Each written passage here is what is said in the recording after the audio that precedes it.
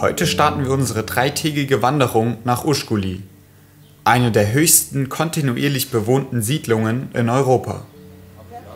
Ushguli befindet sich auf einer Höhe von 2100 Metern über dem Meeresspiegel und ist als UNESCO-Weltkulturerbe anerkannt. Viele Georgier sagen, wer in Georgien war und nicht in Ushguli, war nicht in Georgien. In die Schule, ich lerne Deutsch. Oh, no speak. No. Wir starten in Sabeshi, einem Nachbarort von Mestia.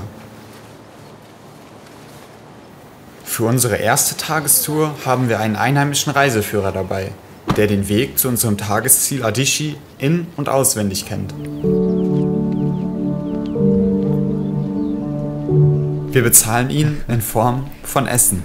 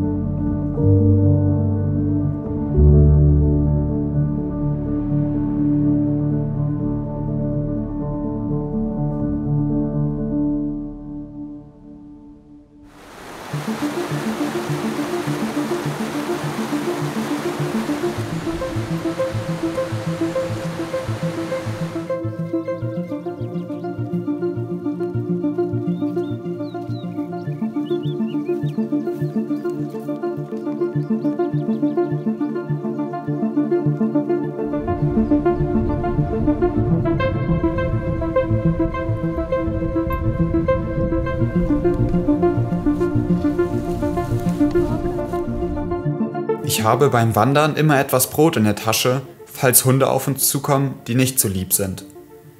Damit kann man sie meist etwas beruhigen. Ansonsten hilft Ignorieren auch sehr gut.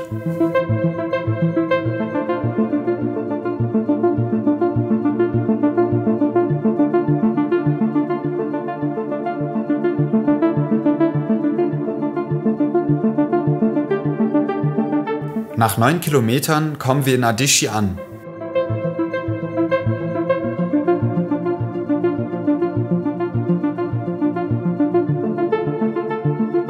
Wir schlafen für 80 Lari pro Person, das sind umgerechnet ca. 20 Euro, im Gasthaus Elisabeth. Abendessen und Frühstück ist inklusive.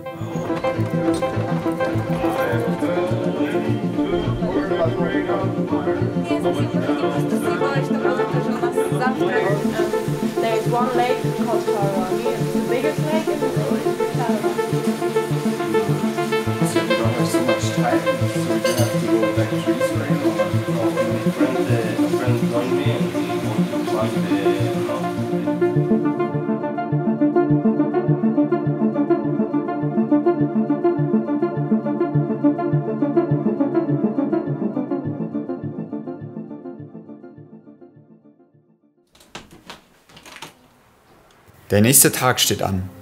Heute wird es definitiv anstrengender. Uns stehen 19 Kilometer bis zum nächsten Dorf Iprali bevor. Heute sind wir ohne Reiseführer unterwegs, da er andere Reisende begleitet.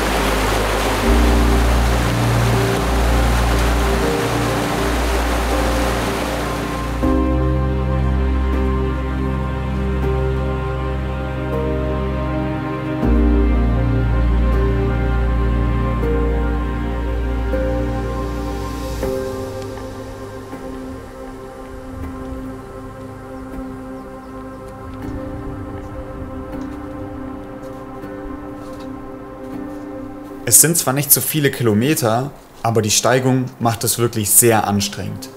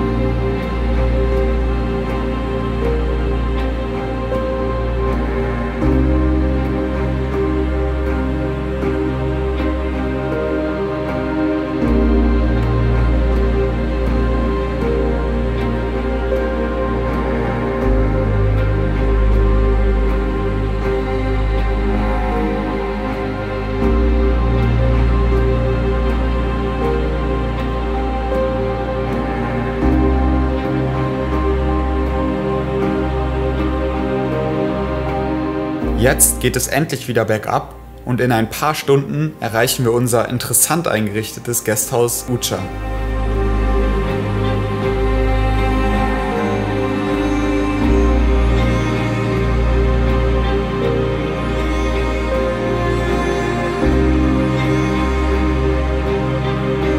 Der Weg dorthin zieht sich ziemlich und wir sind froh, endlich in Iprali anzukommen. Die Unterkunft dort kostet ebenfalls 80 Lari und wir bekommen Abendessen, Frühstück und ein Lunchpaket für den nächsten Tag.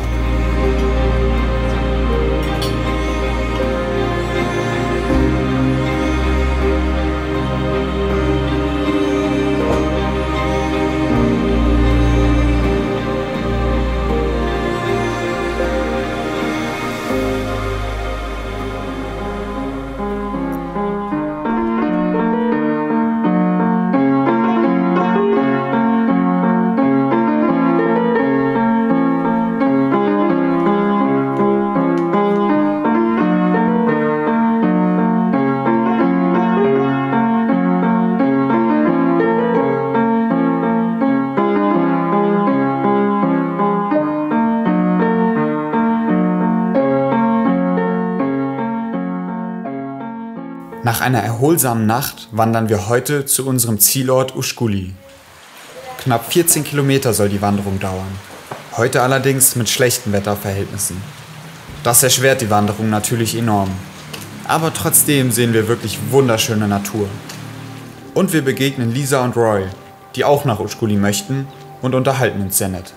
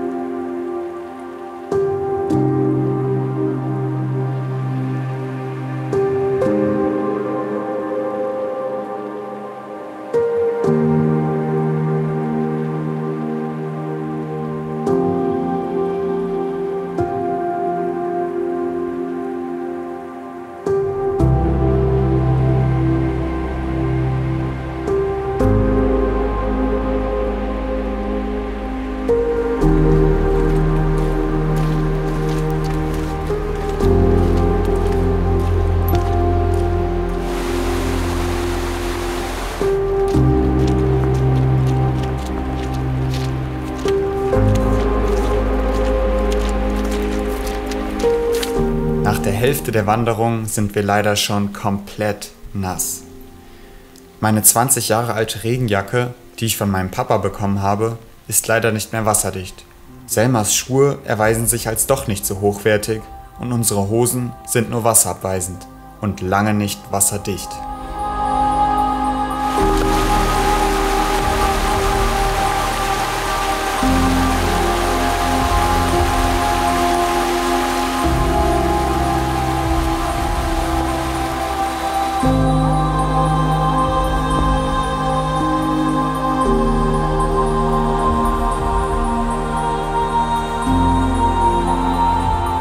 Kalt und nass erreichen wir endlich Ushguli. Wir schlafen in einem Hotel namens Panorama Ushguli für 120 Lari pro Person. Das sind umgerechnet ca. 30 €, was ich persönlich etwas überteuert für das Zimmer finde. Es gibt dort bestimmt günstigere und bessere Unterkünfte. Allerdings wollen wir einfach nur schnell ins Warme, weshalb wir das nächstbeste Hotel nehmen. Hauptsache, wir haben ein warmes Bett und warmes Wasser. Der Chacha hilft uns außerdem auch noch beim Aufwärmen.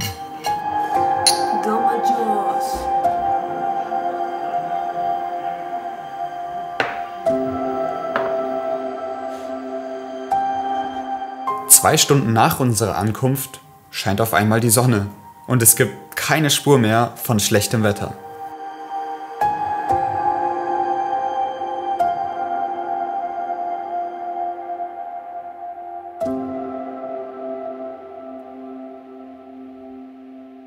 Die Türme in den Dörfern sind übrigens kaukasische Wehrtürme.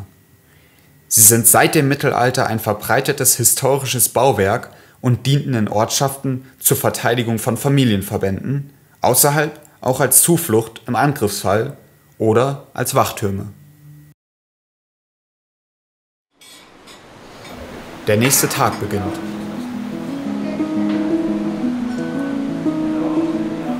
Heute fahren wir mit der Marschrutka entlang einer nicht ganz ungefährlichen Straße wieder zurück nach Mestia. Ich empfehle die Wanderung im August oder September zu machen, da dort besseres Wetter ist und dann alle Wege frei von Schnee sind. Außerdem würde ich dazu raten, die Wanderung mindestens zu zweit zu machen, da an den meisten Stellen keine Menschen in der Nähe sind, die einem helfen könnten, falls etwas passieren sollte.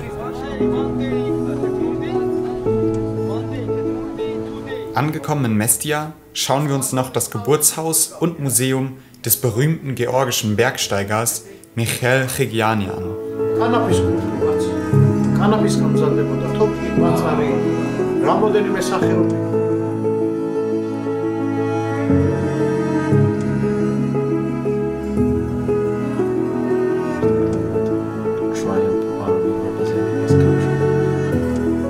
Dort darf ich sogar auf das Dach eines sogenannten kaukasischen Wehrturms klettern. An dieser Stelle kurz nochmal vielen Dank für das ganze Feedback zu meinem letzten Video und der Frage, ob ich meinen Kanal auf Englisch umstellen soll. Ich habe mich jetzt entschieden und mein Kanal bleibt weiterhin auf Deutsch.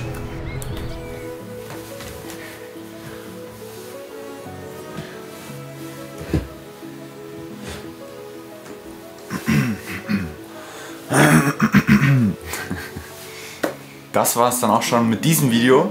Ich hoffe wirklich sehr, dass es dir gefallen hat. Und wenn es dir gefallen hat, like das Video, schreib mir einen Kommentar und abonniere auch gerne meinen Kanal, um alle weiteren Videos nicht zu verpassen. Dafür kannst du auch gerne die Glocke aktivieren neben dem Abonnieren-Zeichen. Dann bekommst du mal eine Benachrichtigung, wenn ich ein neues Video hochgeladen habe. Jetzt nochmal ein kleines Fazit, ein persönliches Fazit von mir zu Mestia. Also es ist wirklich wunderschön und bis jetzt muss ich ganz ehrlich sagen, dass ich seit meiner Zeit hier in Georgien, und ich bin hier schon seit über 2 Monaten, hier meine besten Erfahrungen hatte.